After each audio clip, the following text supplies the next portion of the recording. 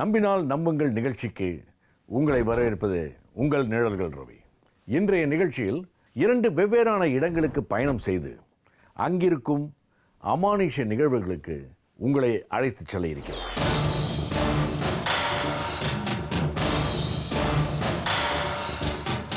நோய்க்கும் பேய்க்கும் நானே தீர்வு. கேன்சர் நோயை தன்னுடைய கால் கைகளை பயன்படுத்தி குணப்படுத்தும் ஒரு விசித்திர சாமியா.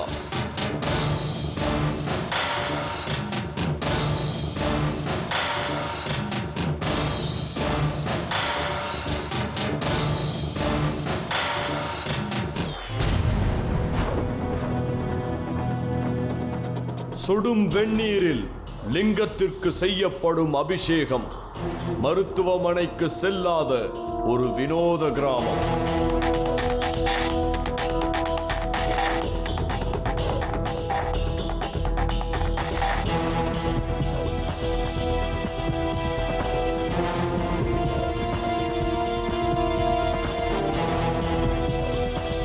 பொதுவாக நம் உடல்நிலை சரியில்லாமல் போனால் ஒரு சாரார் மருத்துவத்தை நாடுவதும் மறுசாரார் ஆன்மீக பாதையிலும்.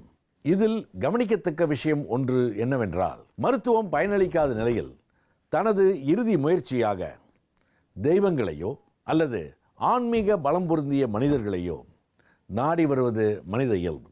அப்படியாக மருத்துவத்துறைக்கு சவால் விடும் நோய்களை தன்னை தேடி வந்திருப்பவர்கள் தனது கால்களை வைத்து பல வியாதிகளை குணப்படுத்துவதாக அறியப்படுகிற ஒரு சாமியாரை பற்றித்தான் நாம் இன்று பார்க்க இருக்கிறோம். இரண்டாவதாக லிங்கத்திற்கு வெந்நீர் அபிஷேகம் செய்யும் கோவிலை பற்றி பார்க்க இருக்கிறேன். சென்னை திருமுல்லை வாயிலில் இருக்கின்ற நவசக்தி அம்மன் கோவில். இங்கு நமது குழு வருவதற்கு காரணம், இங்கிருக்கின்ற சூரிய நாராயண பெருமாளை பற்றி நாம் கேள்விப்பட்ட தகவல்தான்.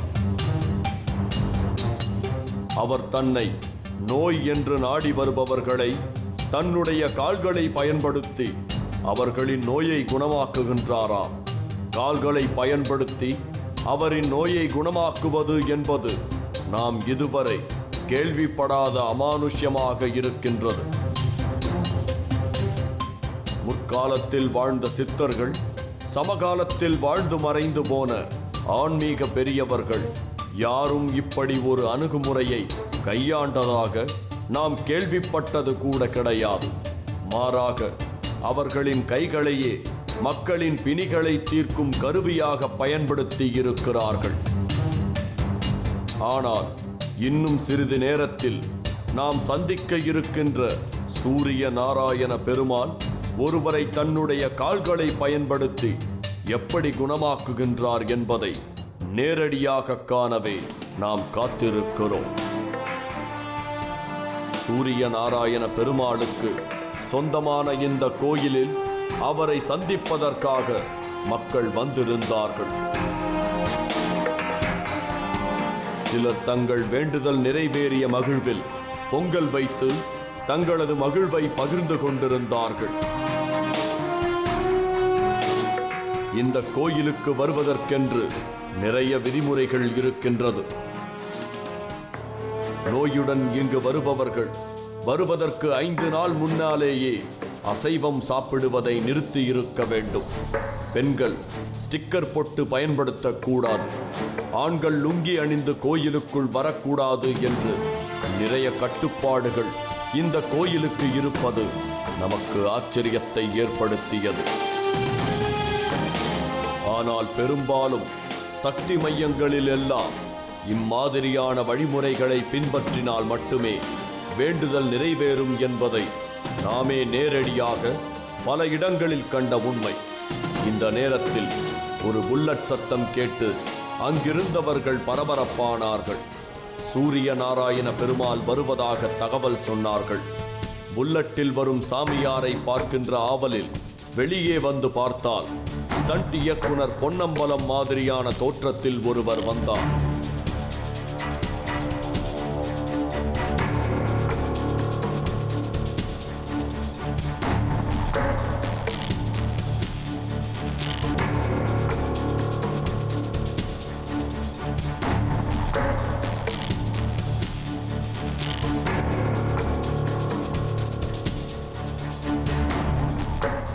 நமது குழு வந்திருப்பது ஏற்கனவே அறிவுறுத்தப்பட்டதால் அவர் தனது இயல்பான வேலைகளை பார்க்க சென்று விட்டார்.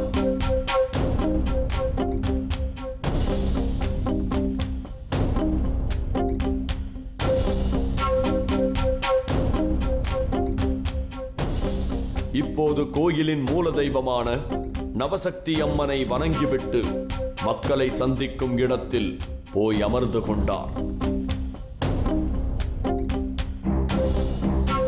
கூட்டம் அதிகமாகி இருப்பதை பார்க்க முடிந்தது. இப்போது சூரிய நாராயண பெருமாள் முன்பு ஒரு பெரியவர் வந்தமர்ந்தார். அவருக்கு அடிக்கடி நெஞ்சு பகுதி வலி எடுப்பதாக அவருடைய மனைவி சொல்லிக் கொண்டிருந்தார். சூரிய நாராயண பெருமாள் தன்னுடைய காலை எடுத்து எதிரில் இருந்த பெரியவரின் நெஞ்சில் வைத்தார். அடுத்ததாக பெரியவரின் நெஞ்சில் ஒரு தேங்காயையும் சூரிய நாராயண பெருமாளின் கால் முட்டியில் ஒரு தேங்காயையும் வைத்தார்கள்.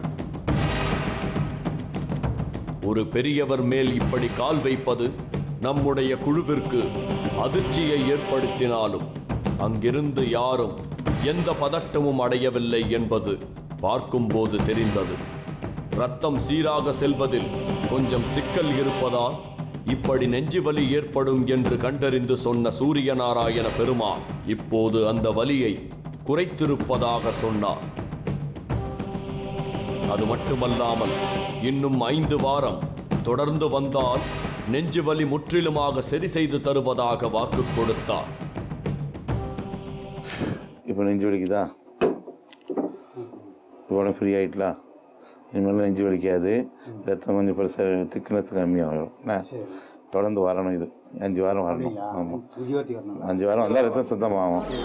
என் கடையில் வேலை செய்கிற பையன் வந்துட்டு இங்கே ஒரு சாமியார் ஒருத்தர் இருக்கார், நோயெல்லாம் குணப்படுத்துகிறாரு அப்படின்னு சொல்லி கேள்விப்பட்டு நானும் என் பார்ட்னரும் இங்கே வந்தோம். வர ஆரம்பித்ததில் இவர் நோயை குணப்படுத்துகிற விதமும், மக்களுடைய எவ்வளோ பெரிய கொடிய நோயில் வந்தாலும், இவ்வளோ மோசமான நோயில் வந்தாலும் சரி, அவங்கள அரவணைச்சி அவங்க நோயை தீர்த்து அனுப்பிச்சார். கோடான கோடி ஆத்மாவை இவர் கையில் வச்சுருக்காரு. இவர்கிட்ட ஆக்கும் சக்தியும் இருக்குது, அழிக்க சக்தியும் இருக்குது.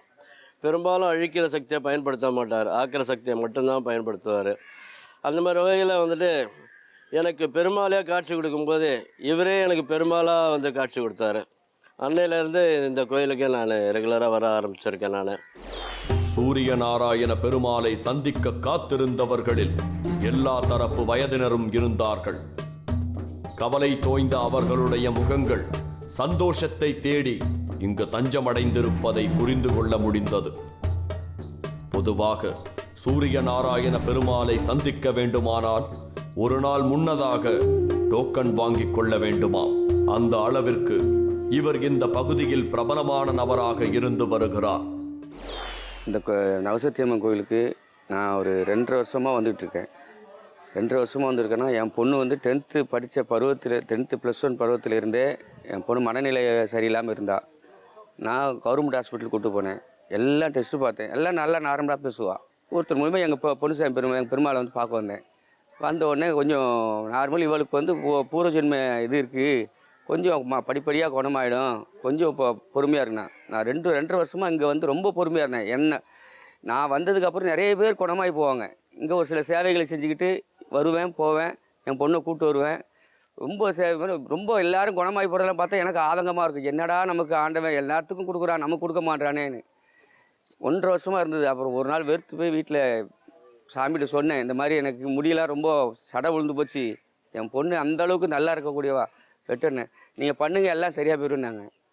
நான் சரி எல்லாம் பண்ணிட்டேன். பண்ணி 2-3 ஒரு வாரத்தில் திடீர்னு நல்லா எந்த இதுக்கு 1.5 வருஷமாக வீட்டிலே போட்டேன். மனநிலை எதுவுமே மாத்திரக்கு 1.5 வருஷமாக ஒரே ரூம், சாப்பிடுவா, அங்கேயே பீப்பேழுவா, அங்கேயே இருப்பா, பாத்ரூம் போவா, பசங்க தான் கழுவோம். இப்படிப்பட்ட நரக வேதனையாக நாங்கள் அழிஞ்சேன். அதுக்கப்புறமா இங்கே சொல்ல வந்து அதுக்கப்புறம் நார்மல் ஆகணுன்னு கூப்பிட்டு வந்துட்டேன்.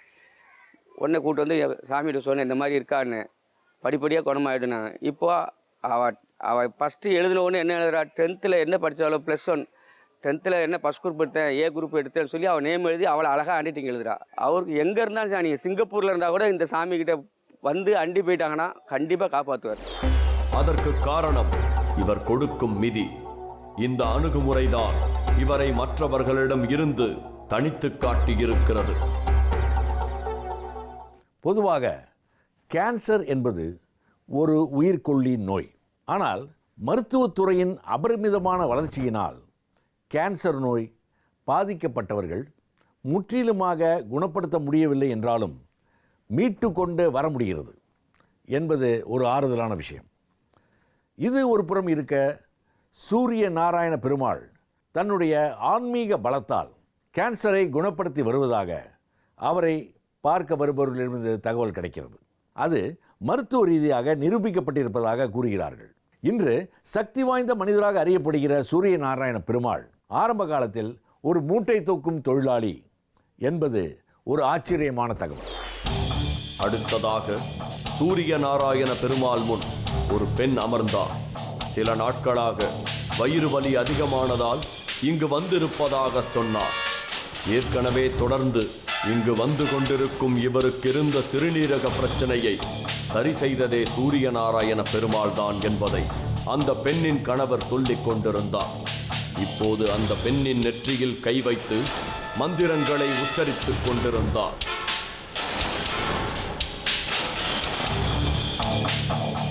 அடுத்தது அந்த பெண்ணின் வலது பக்கம் வயிற்றில் கால் வைத்து தடியங்காயை வைத்து அழுத்துகிறார்கள்.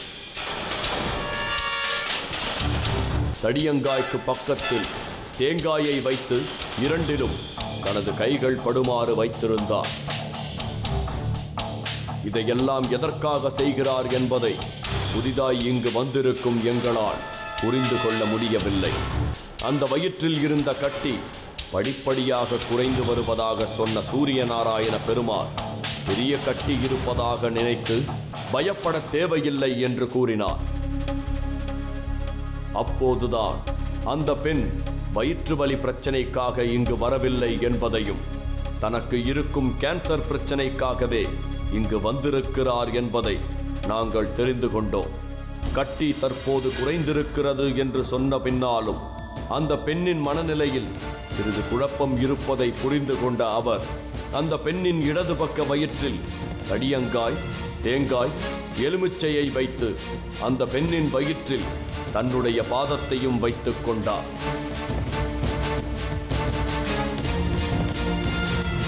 வலது பக்கத்தில் இவ்வாறு செய்யும் போது சிறியதாக ஒரு அதிர்வை தான் உணர்ந்ததாகவும் இப்போது எதையும் உணரவில்லை என்பதையும் சொன்னார். அதனால் இது குறித்து கவலை கொள்ள தேவையில்லை என்று சொன்ன பிறகுதான் அவர் முகத்தில் சந்தோஷத்தை பார்க்க முடிந்தது. இந்த காலை கொண்டு அவங்க உடம்புல வைக்கணும். இந்த கால், வலது கால் அவங்க உடம்புல ஏதாட்டும் ஒரு காலில் படுற மாதிரி வச்சாச்சுன்னா உடனே நம்ம மனசுக்குள்ளே தோடும். அப்போ இந்த இடத்துல கிட்னி பக்கத்தில் இந்த மாதிரி இருக்குது, அந்த இடத்துல தடியங்க வைங்க, தேங்காய் வைங்கன்னு அந்த மனசு ஆட்டோமேட்டிக்காக நம்மளை அறியாமல் தொடங்கும். அதையுமே அவங்ககிட்ட கேட்டாச்சுன்னா உடனே என்ன ப்ராப்ளம்னா கண்டிப்பாக கிட்னி ப்ராப்ளம், கிட்னி இந்த சைடு எனக்கு ப்ராப்ளம் இருக்குது, கை காலில் கேன்சர் இந்த இடத்துல இருக்குது, கர்ப்ப பையில் கட்டி இருக்குது, இந்த மாதிரிலாம் எல்லாம் சொல்லுவாங்க. அதே மாதிரி அதை கணக்கு பண்ணி நாங்கள் தேங்காய் இதெல்லாம் வைக்கிறோம். கடைசியாக அந்த பெண்ணின் வாயில் வெற்றிலையையும் தேங்காயையும் வைத்து அழுத்தி பிடித்தார். அதற்கடுத்து அந்த பெண்ணின் நெற்றியில் கை வைத்தார். அவரின் கைக்கு மேல் ஒரு தேங்காயையும் அதற்கு மேல் ஒரு எலுமிச்சையையும் வைத்து பிடித்துக் கொண்டிருந்தார்கள். இப்படி செய்து கொண்டிருக்கும் போதே அந்த பெண்ணின் குலதெய்வத்தையும் கண்டுபிடித்து சொல்லிவிட்டார் சூரிய நாராயண பெருமாள். தான் சொல்லும் வரை இந்த நவசக்தி கோயிலுக்கு தொடர்ந்து வந்தால் மட்டுமே கேன்சரை முற்றிலுமாக குணப்படுத்த முடியும் என்று சொல்லி அந்த பெண்ணுக்கு விடை கொடுத்தார். ஒய்ஃப்க்கு கேன்சருங்க. அந்த அம்மா இப்போ ஒரு 3-4 வாரமாக வந்துக்கிட்டு இருக்கிறோம். ஸோ இதுக்கு முன்னாடி எடுத்த ஒரு டெஸ்ட்டோடு இப்போ எடுத்து பார்த்ததில் ஒரு நல்ல ஒரு வித்தியாசம் தெரியுது. நல்லா இருக்காங்க. இப்போது நல்லா ஓரளவுக்கு சாப்பிட்றாங்க. இதுக்கு முன்னாடி சாப்பிட முடியாது அவங்களால, இப்போ சாப்பிட்றாங்க. ஸோ இதுக்கு முன்னாடி வயிறு ரொம்ப பெயின் இருந்தது, இப்போ பெயின் கிடையாது, நல்லா இருக்கிறாங்க. நான் இந்த பல வருஷமாக எனக்கு கழுத்து வலி, பேக் பெயின் ரெண்டுமே இருந்துக்கிட்டு இருக்கு. நான் தொடர்ந்து இந்த சாமிக்கிட்ட வந்துக்கிட்டு இருக்கேன். இப்போது எனக்கு ஒரு 90% பெயின் குறைஞ்சிருக்கு. நல்லா இருக்கு. இன்னொரு 2-3 தடவை வந்தால் எனக்கு 100% க்யூர் ஆகுன்ற நம்பிக்கை. ஒருவருக்கு பயன்படுத்திய தேங்காயையோ தடியங்காயையோ மற்றவர்களுக்கு இவர் பயன்படுத்துவது கிடையாது. ஏனென்றால் வந்தவர்களின் கர்மவினை அந்த காய்கறியில் உருவேற்றி வெளியேற்றப்படுமா? பெரும்பாலும் கேன்சர் நோயால் பாதிக்கப்பட்டவர்களை ஞாயிற்றுக்கிழமை சந்திக்கிறார். கேன்சருக்கு ஞாயிற்றுக்கிழமை உகந்த நாள் என்பதால் இவ்வாறான விதிமுறைகளை பின்பற்றுவதாக கூறினார். இன்று நாம் வந்திருக்கும் நாள் கூட ஞாயிற்றுக்கிழமைதான். அப்படியானால் வந்திருப்பவர்களில் பெரும்பாலானோர் கேன்சர் நோயினால் பாதிக்கப்பட்டவர்களாக இருக்கக்கூடும் என்பது நமது அனுமானம். இவங்க 2 பேரும் என் பசங்க தான். இவங்களுக்கு பிறந்து ஒரு வயசில் ஜுரம் வந்ததில் இந்த மாதிரி நடக்க முடியாமல், கால்கையெல்லாம் நடக்க முடியாமல் அப்படியே படுத்த படுக்கையிலே தான் இருக்கிறாங்க. ஹாஸ்பிட்டல்லலாம் காமிச்சா ஒன்றுமே சரியாகலை. பிசியோதெரபி தான், தொடர்ந்து பிசியோதெரபி தான் கொடுத்துக்கிட்டு இருந்தோம். எந்த இம்ப்ரூவ்மெண்ட்டுமே தெரில. இப்போ பக்கத்தில் உள்ளவங்க ஒருத்தங்க இந்த சாமியை பற்றி சொன்னாங்க, அதனால் இங்கே கூட்டிகிட்டு வந்தோம். வந்ததுக்கு பிறகு பிள்ளைங்க பரவாயில்ல, அப்படியே கால்கை அசைக்காமல் அப்படியே படுத்த படுக்கையிலே இருந்தவனுங்க இப்போ சின்னவெல்லாம் எழுந்திரிச்சு நம்ம உட்கார வச்சா நல்லா உட்காரா, 2-3 மணி நேரம் வரை நல்லா உட்கார்றான். ஓரளவுக்கு அவனுங்களே குப்புறா இதுங்க கால்கை அசைக்க எல்லாமே இது இருக்குது. பெரியவனுக்கு கண் ஒரு மாதிரி மார்கண்ணு மாதிரி இருக்கிறோம். இப்போ அங்கே வந்த இதுலேயே 9 வாரத்தில் எனக்கு அவனுக்கு கண் நல்லா ஆயிடுச்சு. இப்போ முன்னாடிக்கு எவ்வளோ பாதிக்கு மேலே இப்போ நல்லா பரவாயில்ல. இப்போ பிள்ளைங்க கூடிய சீட்டில் நடந்துருவாங்கன்னு அந்த இது நம்பிக்கை இருக்குது. அப்புறம் எனக்கு ஒரு 3 வருஷத்துக்கு முன்னாடி ஒரு பைக் ஆக்சிடெண்ட்டில் எனது முதுகெலும்பு உடஞ்சி போயிடுச்சு. ஒரு 4-5 இடத்துல பிரச்சனை இருந்துச்சு. டாக்டர்கிட்ட காமிச்சோம். அவங்க ஆப்ரேஷன்லாம் எதுவும் பண்ண முடியாது, ஆப்ரேஷன் பண்ணால் கூட ஒத்த கால் கையெல்லாம் விழுந்துடும், படுத்த படுக்கையாக தான் இருக்கணுமா, அதனால் ஆப்ரேஷன் பண்ண முடியாதுன்னுட்டு சொல்லிட்டாங்க. அதனால் நான் வீட்டில் 1.5 வருஷமாக அப்படியே படுத்த படுக்கையிலே தான், எந்த வேலையுமே செய்ய முடியாது, பசங்களை கூட தூக்கவே முடியாது, படுத்த படுக்கையிலே தான் இருந்தேன். அதுக்கப்புறம் இங்கே சாமிகிட்ட வந்த பிறகு தான் இங்கே பார்த்த பிறகு இப்போ முதுகு வலிலாம் சரியாயிடுச்சு. இப்போ எந்த பிரச்சனையுமே இல்லை. இப்போ எல்லா வேலையுமே இங்கே என் வேலை எல்லாமே செய்கிறேன், பசங்களை தூக்குறது எல்லா வேலையுமே இப்போ நான் செய்கிறேன். இப்போ எனக்கு அந்த முதுகு வலி இல்லை, நல்லபடியாக இருக்குது. சூரியநாராயண பெருமாள் சென்னையில் இருந்தாலும் தூத்துக்குடி பகுதியில் இருக்கின்ற நாலுமாவடி என்கிற ஊர்தான் இவரின் பூர்வீகம். பிழைப்பை தேடி தினமும் 1000 இருந்து 1200 பேர் வருகின்ற சென்னைக்கு சில வருடங்களுக்கு முன்னால் சூரியநாராயண பெருமாளும் வந்திருக்கிறார். இவருடைய ஆஜானுபாகுவான உடல் வாகுக்கு ஏற்றபடி இவருக்கு மூட்டை தூக்குகின்ற வேலை கிடைத்திருக்கிறது. மூட்டை தூக்குவதில் தனக்கு வந்த வருமானத்தை வைத்து இங்கு ஒரு இடத்தை சொந்தமாக வாங்கியிருக்கிறார். தான் சொந்தமாக வாங்கிய இடத்தில் ஏதோ ஒரு அமானுஷ்யம் ஒளிந்திருப்பதை உணர்ந்திருக்கிறார். சில நேரங்களில் சில உருவங்கள் இவர் கண்முன் தோன்றி மறைந்துள்ளது. ஒரு நாள் இவரின் கனவில் வந்த அம்மன் தனக்கு கோயில் எழுப்பும்படி அசரீரி மூலம் உணர்த்தியிருக்கிறது. அம்மனின் உத்தரவுப்படி கோயிலின் கட்டிடப் பணி துவங்கிய போது ஊர் மக்கள் இவருக்கு எதிர்ப்பு தெரிவித்திருக்கிறார்கள். கோயில் கட்டாமல் இருந்தாலும் இவரின் நடவடிக்கைகளை தொடர்ந்து கவனித்த சிலர் தங்களது பிரச்சனைகளுக்கு விடை தேடி சூரியநாராயண பெருமாளை நாடியிருக்கிறார்கள். அப்படி வந்தவர்களில் ஒரு பெண் தனக்கு இருக்கின்ற கேன்சர் கட்டியின் வலி தாங்க முடியவில்லை என்று சொல்லியிருக்கிறார். தன்னை தேடி நம்பிக்கையோடு வந்த அந்த பெண்ணிற்கு என்ன செய்ய வேண்டும் என்று தெரியாமல் குழம்பியிருக்கிறார். ஆனால் அம்மன் இவருக்கு துணை நின்று வந்திருந்த பெண்ணின் கேன்சர் கட்டியை குணமாக்கும் சூட்சமத்தை சொல்லியிருக்கின்றது. அம்மன் சொன்னதை செய்திருக்கிறார். கேன்சர் கட்டி அகன்று அந்த பெண் குணமாகி இருக்கிறார். அந்த சமயம் தன்னை ஒரு சக்தி வழி நடத்துவதை தீர்க்கமாக நம்பியிருக்கிறார். கேன்சர் கட்டியை குணப்படுத்திய இந்த நிகழ்விற்கு பிறகுதான் சூரியநாராயண பெருமாள் பிரபலமாக தொடங்கி இருக்கிறார். நான் தூத்துக்குடி மாவட்டம் நாலுமாவடிங்கிற கிராமத்தில் பிறந்திருக்கேன். என் 2 வயசில் எங்கள் அப்பா இறந்துட்டார். 4 அக்கா குடும்பம் இதை கொண்ட இது போட்டு சென்னைக்கு வந்தேன். சென்னைக்கு வந்து நான் மூட்டை தூக்கி கூலி வேலை தான் செஞ்சேன். சில மாதங்களில் நான் மிக்சர் மிஷின்லாம் வாங்கி ஒரு அளவுக்கு சொந்தமாக தொழில் பண்ண தொடங்கிட்டேன். கொஞ்சம் வயசு ஆக ஆக அப்புறம் கல்யாணமும் இது பண்ணியாச்சு. அப்புறம் இந்த இடம் வாங்கினேன். இந்த இடத்துல ஒரு அமானுஷ்ய சக்தி இருந்துச்சு. ஏன்னா ஒரு பாம்பு மறைஞ்சார், ஒரு மனுஷர் மறைஞ்சாங்க. அதனால் இந்த இடத்த நான் வாங்கிட்டேன். வாங்கி கோயில் கட்ட தொடங்கியாச்சு.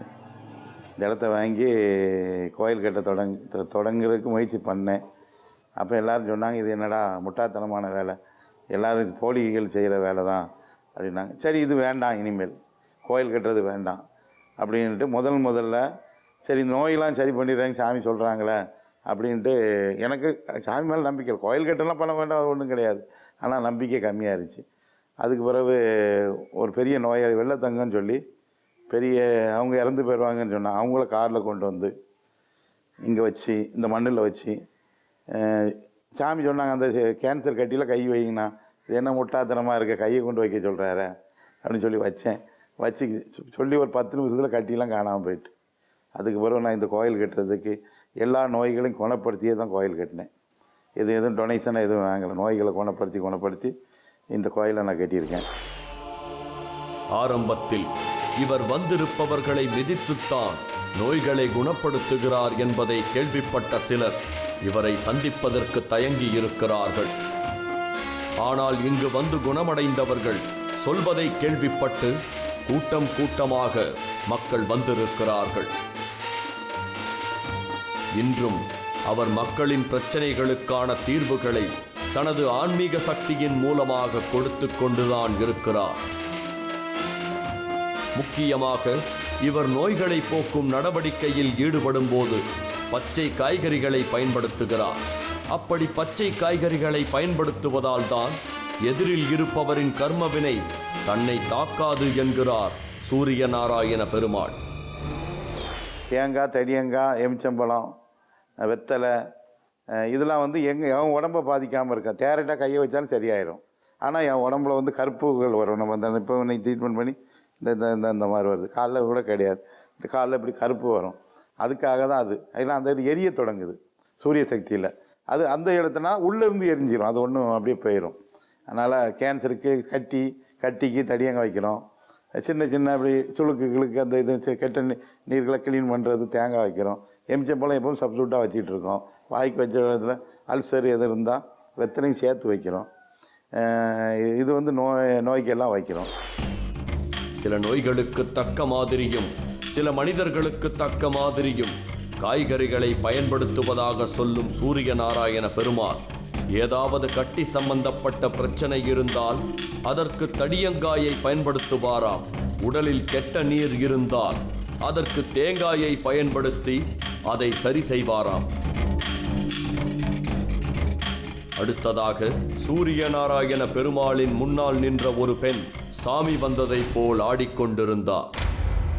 அங்கிருந்தவர்கள் அந்த பெண்ணை பார்த்து மிரண்டாலும் சூரிய நாராயண பெருமாள் சகஜமாக அந்த பெண்ணிடம் பேச்சு கொடுத்து கொண்டிருந்தார். கொஞ்ச நேரத்தில் அந்த பெண் மேல் வந்த மாடன் சாமி அவரை விட்டு விலகிச் சென்றது. அவர் முன்னால் இருந்த பெண்ணுக்கு கண்களிலிருந்து நீர் வந்து கொண்டிருந்தது. ஏதோ ஒரு சக்தி அந்த பெண்ணை ஆட்டி வைக்கிறது என்று புரிந்து கொண்டார் சூரிய நாராயண பெருமாள். யார் வந்திருப்பது என்ற கேள்வியை தொடர்ந்து கேட்டுக்கொண்டே இருந்தார். அடுத்தது சூரிய நாராயண பெருமாள் முன்னால் ஒரு மாணவி வந்தமர்ந்ததை பார்க்க எங்கள் குழுவுக்கு 1000 கேள்விகள் வந்து விழுந்தன. ஆனால் இடைமறிக்காமல் நடப்பதை கவனித்தோம். அந்த மாணவியின் கால்களில் இப்போது தடியங்காய் மற்றும் தேங்காய் வைக்கிறார்கள். சூரிய நாராயண பெருமாள் தனது காலையும் அந்த மாணவியின் மேல் வைத்துக் கொண்டார். ஏதோ மந்திரங்களை சொல்லிக் கொண்டார். பின்பு தடியங்காயையும் தேங்காயையும் எடுத்துவிட்டு எலுமிச்சை பழத்தை வைக்கிறார். பின்பு தனக்கு பின்னால் இருந்த வாழைப்பழத்தை எடுத்து சிறுமியின் காலில் வைத்து ஏதோ ஆராய்கிறார். மாணவியை பார்த்து வலி குறைந்திருக்கின்றதா என்று கேட்டார். வலி குறைந்திருப்பதாக பதில் வருகிறது. நாங்கள் அந்த பெண்ணை அழைத்து கொண்டு வந்த அவரின் உறவினர் குணசேகரனிடம் பேசினோம். இந்த மாணவிக்கு தூத்துக்குடிதான் சொந்த ஊர். 11வது படிக்கும் போது கால் முட்டியில் வலி ஏற்பட்டிருக்கிறது.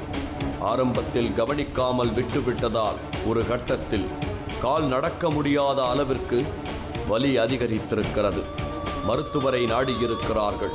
பரிதாபம், அவருக்கு கால் முட்டியில் கேன்சர் இருப்பது தெரிய வந்திருக்கிறது. மருத்துவர்கள் ஒரு காலை நீக்கக்கூடிய நிலை இருப்பதாக சொல்லியிருக்கிறார்கள்.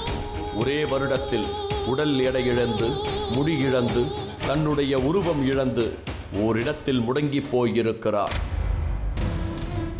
குடும்பம் செய்வதறியாது திணறியிருக்கிறது.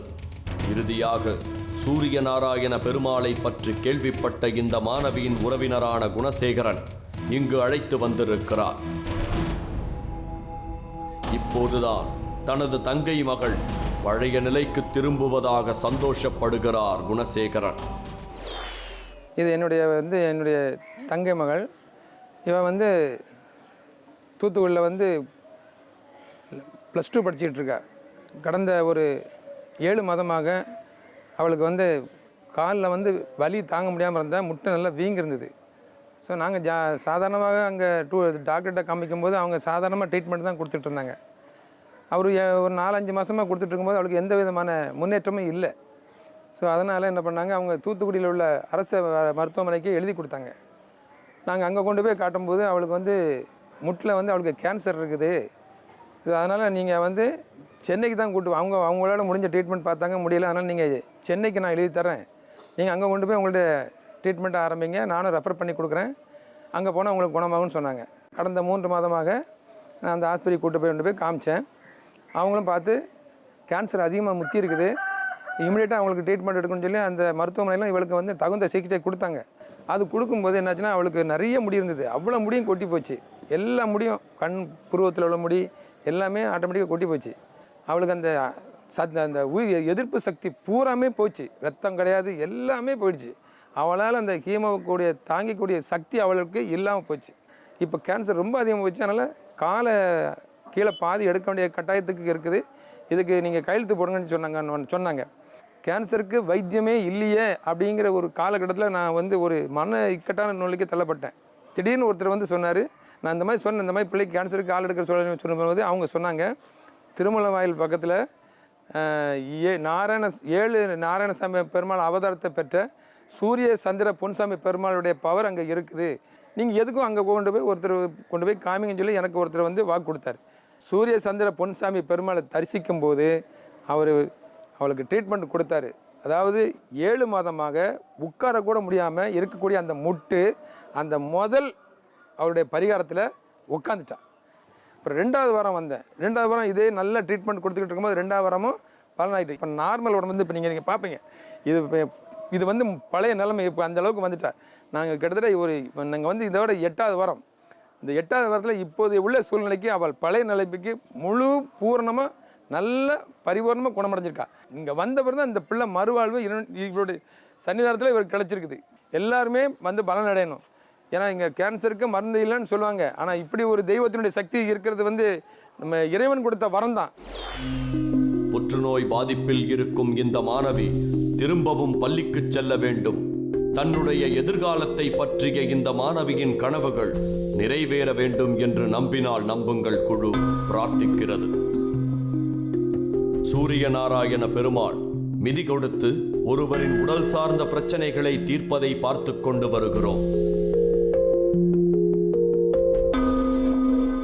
பொதுவாக அமானுஷ்யங்கள் சார்ந்த இடங்களுக்கு படித்தவர்கள் அவ்வளவு எளிதாக தங்களை இணைத்துக் கொள்ள மாட்டார்கள். ஆனால் சூரியநாராயண பெருமாளை சில மருத்துவர்களும் அங்கீகரிக்கின்றார்கள். இந்த கோயிலை பற்றியும் சுவாமி ஸ்ரீ பொன்சாமி பெருமாளை பற்றியும் ஆரம்பத்தில் நான் கேள்விப்பட்ட உடனே என்னால் முழுசாக நம்ப முடியல. இப்படியும் இருக்குமா அப்படின்னு எனக்குள்ள ஆச்சரியங்கள், அதிர்ச்சி இந்த மாதிரிலாம் இருந்தது. ஏன்னா அஃப்கோர்ஸ் எனக்கு தெய்வ நம்பிக்கை உண்டு. இருந்தாலும் எப்படி அது சாத்தியம்? ஒரு தனி மனித உடம்புல தெய்வ சக்தி, நோய்கள், அதுவும் நோய்களை, ஆபத்தான நோய்களை, மருத்துவத்துறையில் சேலஞ்சிங்காக இருக்கிற நோய்கள்லாம் இங்கே குணமாகுது, தெய்வ சக்தியால் குணமாகுது அவர் எதுவும் மருந்துகள் எதுவும் கொடுக்கறதில்ல. வெறும் கையை வைக்கிறார், அவர் பாதங்களை வைக்கிறார். தேங்காய், பூசணிக்காய், எலுமிச்சங்கனி இதெல்லாம் வைக்கிறார். அவருடைய கையை வைக்கும்போது அந்த சக்தியால் குணமாகுது அப்படின்னு எல்லாரும் சொல்லிக்கிட்டு இருக்கிறத நான் கேள்விப்பட்டு முழுசாக என்னால் நம்ப முடியல, ஏற்றுக்க முடியல. இருந்தாலும் குழப்பத்தோடு அப்படி என்ன தான் நடக்குது அப்படின்னு இங்கே பார்க்குறதுக்கு வந்தேன். அப்படி பார்க்கும்போது இங்கே நடந்த அதிசயங்கள் என்னால் பிரமிப்பூட்டுச்சு எனக்கு. இன்றைக்கி மெடிக்கல் ப்ரொஃபஷனில் சேலஞ்சிங்காக இருக்கக்கூடிய உயிருக்கு ஆபத்தான நோய்கள், கேன்சர், இன்னும் நிறைய நோய்களை சொல்லலாம். அவங்களாம் இங்கே குணமாகி போகிறாங்க.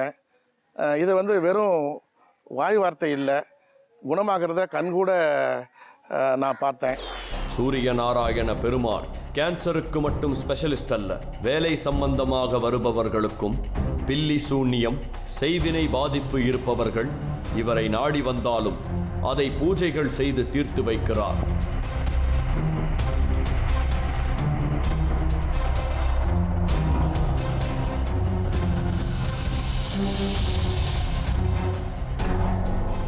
போது அவர் முன்னே இருக்கும் இந்த பெண்ணுக்கு கண்களில் இருந்து நீர் வந்து கொண்டே இருந்தது. ஏதோ ஒரு சக்தி அந்த பெண்ணை ஆட்டி வைப்பதாக புரிந்து கொண்ட அவர், யார் வந்திருப்பது என்கிற கேள்வியை தொடர்ந்து கேட்டுக்கொண்டே இருந்தார்.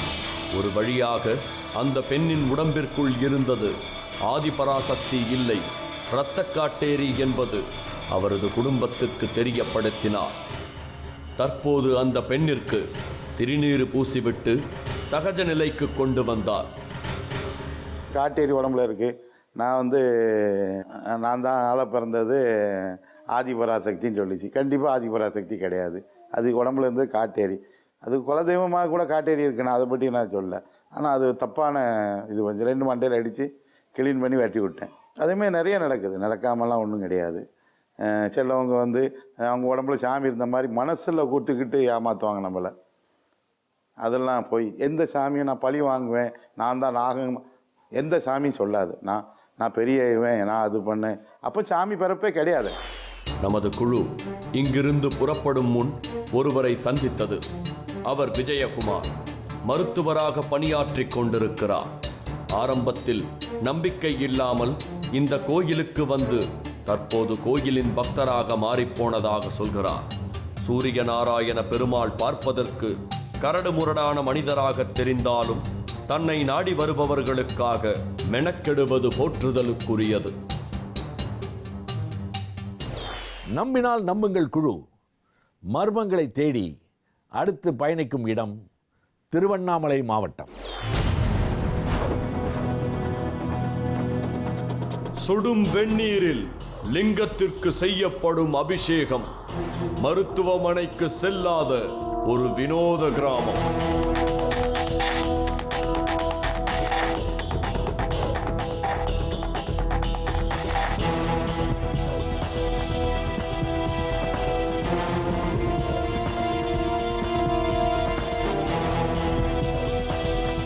திருவண்ணாமலை ஆரணி தேவிகாபுரத்தில் இருக்கிற காசி விஸ்வநாதர் கோவிலில் வீற்றிருக்கும் சிவனுக்கு பல 100 ஆண்டுகளாக வெந்நீர் அபிஷேகம் நடைபெறுகிறது என்பது உண்மையில் ஆச்சரியப்பட வைக்கிறது. கடவுளுக்கு அபிஷேகம் செய்யும் அந்த நீரில் மருத்துவ குணங்கள் இருப்பதாக சொல்லப்படுகிறது. சென்னை திருமுல்லை வாயிலில் இருக்கக்கூடிய சூரிய நாராயண பெருமாளை சந்தித்த பின்பு நமது குழு திருவண்ணாமலை நோக்கி பயணித்துக் கொண்டிருந்தது.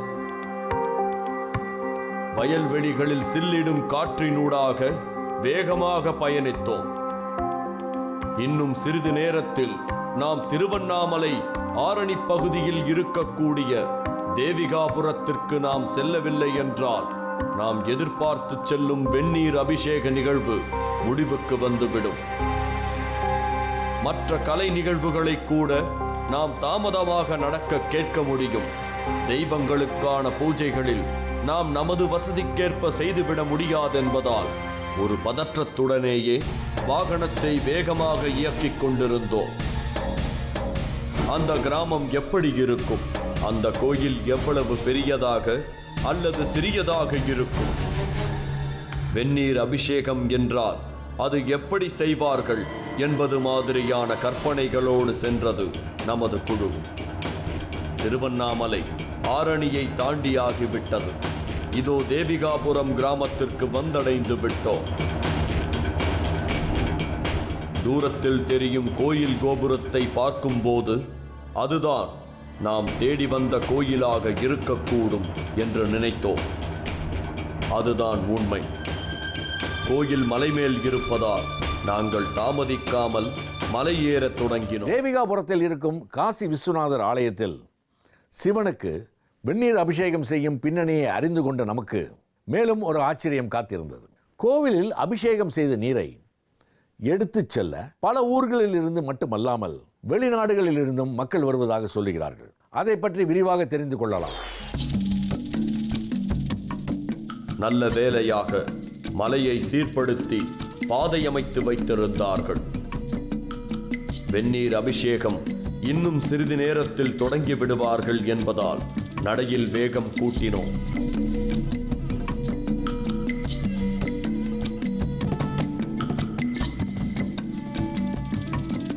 நீண்டு கொண்டே சென்ற படிகள் முடிவுக்கு வந்தது. மலை மேல் காசி விஸ்வநாதர் கோயிலுக்கு நமது குழு வந்தாகிற்று. கோயில் மிக பழமை வாய்ந்ததாக இருந்தது. கோயிலுக்குள் சென்றோம்.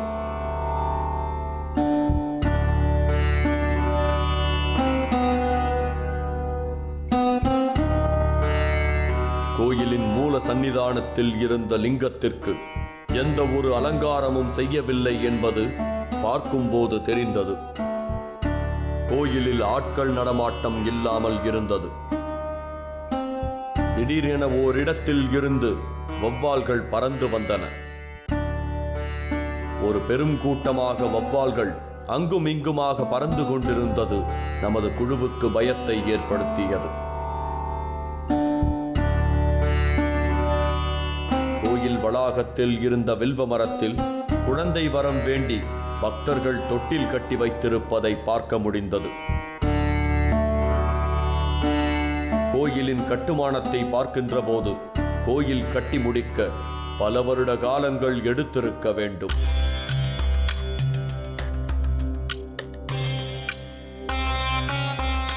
யாரும் இல்லாத கோயிலில் நாம் என்ன செய்வதென்று வெளியே வந்து பார்த்தோம். இந்த தேவிகாபுரம் கிராமத்தின் இயற்கை அரவணைப்பு நம்மை குதூகலப்படுத்தியது. அப்போதுதான் கோயிலின் பூசாரி கோயிலுக்கு வருவதை நாம் பார்த்தோம். உடனே நேரத்தை பார்த்தால் நாம் இங்கு வர சொன்ன நேரத்திற்கு முன்னதாகவே வந்துவிட்டோம் என்பது எங்களுக்கு புரிந்தது. நமது குழுவிடம் காத்திருக்குமாறு கூறிவிட்டு வெந்நீர் அபிஷேகத்துக்கான வேலைகளை செய்யத் தொடங்கினார். ஒரு சிறிய அடுப்பில் விறகுகளை வைத்தார். ஒரு குடத்தில் நீர் நிரப்பி அடுப்பில் வைத்தார். விறகுகளை பத்த வைத்தார். தீ கொஞ்சம் கொஞ்சமாக எரிய ஆரம்பித்தது. நன்றாக கொதித்த நீரைத்தான் அபிஷேகத்திற்கு பயன்படுத்த வேண்டும் என்பதால் இன்னும் சிறிது நேரம் கழித்துத்தான் அபிஷேகம் செய்வார்கள். இப்படி வெந்நீரில் அபிஷேகம் செய்வதற்கான காரணத்தை பூசாரி குருபிரசாதிடம் கேட்டோம். வருடத்திற்கு ஒரு முறை வரும் சூரிய சந்திர கிரகணங்கள் சூரியனுக்கும் சந்திரனுக்கும் இடையூறாக இருந்ததால் இதற்கு காரணமாக இருக்கக்கூடிய அஷ்டநாகங்களை அழித்துவிட முடிவு செய்கிறார்கள். ஆனால் சிவன் அஷ்டநாகங்களை காக்க பூமியில் தோன்றுகிறார். அந்த இடத்தில்தான் இப்போது இந்த கோயில் அமைந்திருப்பதாக தகவல் சொல்கிறார் கோயில் பூசாரி. பல ஆயிரக்கணக்கான வருஷங்களுக்கு முன்னாடி நம்ம கிரகத்தில் பார்த்திங்கன்னா பூமி அப்படின்ற இந்த கிரகத்துக்கு இடைப்பட்ட கேப்பில் பார்த்திங்கன்னா கிட்டத்தட்ட நவகிரகங்களுடைய கோள்களில் ராகு கேது அப்படின்ற கோள்கள் இணைக்கப்படுறது. அந்த ராகு கேது அப்படின்ற கிரகங்கள் பார்த்திங்கன்னா சூரியனையும் சந்திரனையும் மறைக்கக்கூடிய காலகட்டம் தான் சூரிய கிரகணம் சந்திர கிரகணம் அப்படின்றது சொல்லப்படுறது. வருஷத்துக்கு ஒரு முறை சூரிய கிரகணமும் வருஷத்துக்கு ஒரு முறை சந்திர கிரகணமும் ஏற்படுறது பூமியில் வழக்கம். இந்த பூமியினுடைய சுழற்சி காலகட்டங்களில் வரக்கூடிய இந்த கிரகணத்தில் அஷ்டநாகங்களுக்கு வந்து முக்கியத்துவம் கொடுத்து இந்த பூமிக்கு வந்து சுவாமி வந்தார் அப்படின்றது வந்து ஒரு அடிப்படையாக சொல்லப்படுறது. ஸோ இந்த காலகட்டங்களுக்கு வந்து ஏன் எதுக்காக சுவாமி அஷ்டநாகங்களுக்காக இந்த பூமிக்கு வந்தார் அப்படின்னா, இந்த சூரிய கிரகணம் சந்திர கிரகணம் ஏற்படுறது வந்து சூரியனுக்கும் சந்திரனுக்கும் வந்து ஒரு இடையூறாக சொல்லப்பட்டது. ஸோ இந்த இடையூரை நிவர்த்தி பண்ணணும் அப்படின்னா சூரியனும் சந்திரனும் வந்து ஒரு விஷயம் செய்கிறாங்க. இப்போ இந்த அஷ்டநாகங்களை அழிச்சிட்டா வந்து சூரியனும் சந்திரனும் வந்து இந்த பூமியில் வந்து எந்த ஒரு விஷவாயுக்களும் இல்லாமல் வந்து நிம்மதியாக இந்த ஜீவராசிகளை நம்ம வாழ வைக்கலாம் அப்படின்றதுக்காக சூரியனும் சந்திரனும் ஒரு முடிவு பண்ணுறாங்க. அப்போ இந்த அஷ்டநாகங்கள் வந்து போயிட்டு நேராக சுவாமிகிட்ட போய் முறையிடுறாங்க. நாங்கள் இது போல் அந்த பூமியில் இருக்கிறதுனால எங்களை அழிச்சிட்டா சூரியனும் சந்திரனும் வந்து நிம்மதியாக அந்த பூமியில் வந்து இருக்கலாம் அப்படின்னு சொல்லிட்டு சொல்கிறாங்க. அதுக்காக எங்களை நீங்கள் காப்பாற்றணும் அப்படின்னு சொல்லிட்டு போய் சிவன்கிட்ட போய் முறையிடும்போது சுவாமி வந்து இந்த பூமிக்கு நேரடியாக வந்து இந்த இடத்துல வந்துட்டார் அப்படின்றதா ஒரு வரலாறு காலகட்டங்களில் சொல்லப்படுறது. இந்த காசி விஸ்வநாதர் ஆலயத்தில் தோன்றிய சிவன் சில காலங்களில் இங்கிருந்து மறைந்து விட்டார். அதற்கு பின்பு ஒரு வேடன் சிவன் இருந்த இடத்தில் வளர்ந்திருந்த மரத்தை வெட்ட அதிலிருந்து சிவன் இரத்தமும் சீலுமாக வெளிப்படுகிறார். அதை பார்த்த வேடுவன் அந்த இடத்திலேயே இறந்து விடுகிறார். வேடுவன் இறந்து சில நாட்களில் அப்போது ஆட்சி செய்த மன்னருக்கு சிவன் அசரீரி மூலமாக தனக்கு கோயில் கட்டுமாறு உத்தரவு போடுகிறார். கோயில் கட்டப்படுகிறது.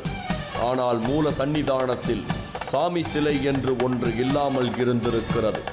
அப்போது சிவன் எழுந்தருளி காட்சி தந்து தன்னுடைய மேனி புண்ணாகி இருக்கிறது, அதற்கு நெய் தடவி வெந்நீரில் அபிஷேகம் செய்தால் இங்கிருந்து வருபவர்களின் பிரச்சனையை சரி செய்வதாக சொல்லி இருக்கிறார்.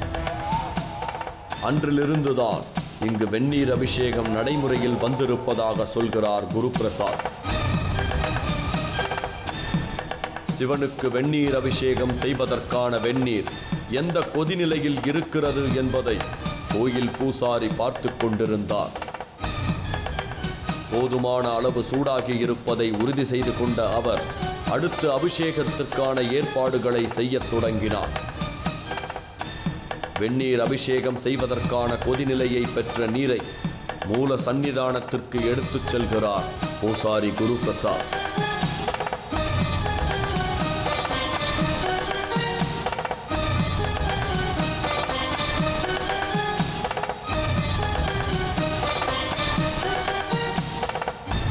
இப்போது நெய் தடவப்படுகிறது, வெந்நீர் ஊற்றப்படுகிறது.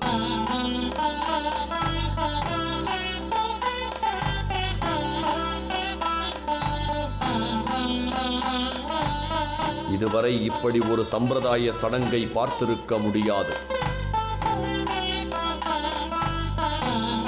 வழிந்தோடும் அபிஷேக நீரை மக்கள் பிடித்து செல்வார்களாம். அப்படி பிடித்துச் செல்லப்படும் நீர் உடல் நோய்களுக்கு மருந்தாக பயன்படுவதாக சொல்கிறார் பூசாரி. முதல் முறையாக இந்த கோயிலை பற்றி கேள்விப்பட்டு வந்த ஒரு ஜோதிடர்தான் அதை ஆராய்ந்து சொன்னாராம். வெந்நீர் அபிஷேகம் செய்த நீர் புற்றுநோய்களுக்கு மருந்தாகவும் பயன்பட்டிருப்பது பல சான்றுகள் இருப்பதாக குரு பிரசாத் நம்மிடம் கூறினார். கோயம்புத்தூரில் இருந்து வந்த ஒரு பெண்ணுக்கு புற்றுநோய் இருந்திருக்கிறது. அவருடைய கணவர் இந்த அபிஷேக நீரை பற்றி கேள்விப்பட்டு நீர் எடுத்து அவருடைய மனைவிக்கு கொடுத்திருக்கிறார். மருத்துவர்களே மிரண்டு போகின்ற அளவிற்கு அவருக்கு புற்றுநோயின் தாக்கம் குறைந்து கொண்டே வந்ததாக அதிசயிக்கிறார். ராஜகோபால் என்பவர் இந்த கோயிலுக்கு பல வருடங்களாக வருபவர். ஒரு சில வருடங்களுக்கு முன் வயிற்று பிரச்சனை இருந்ததாகவும் இந்த தீர்த்தத்தை அருந்தியதால் அந்த பிரச்சனை தீர்ந்ததாகவும் கூறுகிறார். இப்போது சிவனுக்கு வெந்நீர் அபிஷேகம் முடிந்தது. குருபிரசாத் மந்திரங்களை ஓதிக்கொண்டிருந்தார். அடுத்ததாக சிலை அலங்காரத்திற்காக திரை போட்டு கருவறையை மறைத்தார். அதற்குள் ஆள் அரவமில்லாத கோவில் ஆட்கள் நிறைந்த கோயிலாக மாறியிருந்தது. தோல் நோய்கள், புற்றுநோய்களுக்கு மருந்தாகும் அபிஷேக நீரை நம்முடைய குழுவும் எடுத்துக்கொண்டது. அபிஷேக நீருக்காக மட்டுமல்ல, சிறந்த தோஷ நிவர்த்தி ஸ்தலமாகவும் இக்கோயில் இருப்பதாக சொல்கிறார் குரு பிரசாத். அலங்காரம் செய்யப்பட்ட சிவன் அழகு சொரூபமாக நமக்கு காட்சி கொடுத்து கொண்டிருந்தார். நாம் அங்கிருந்து விடைபெற்றோம்.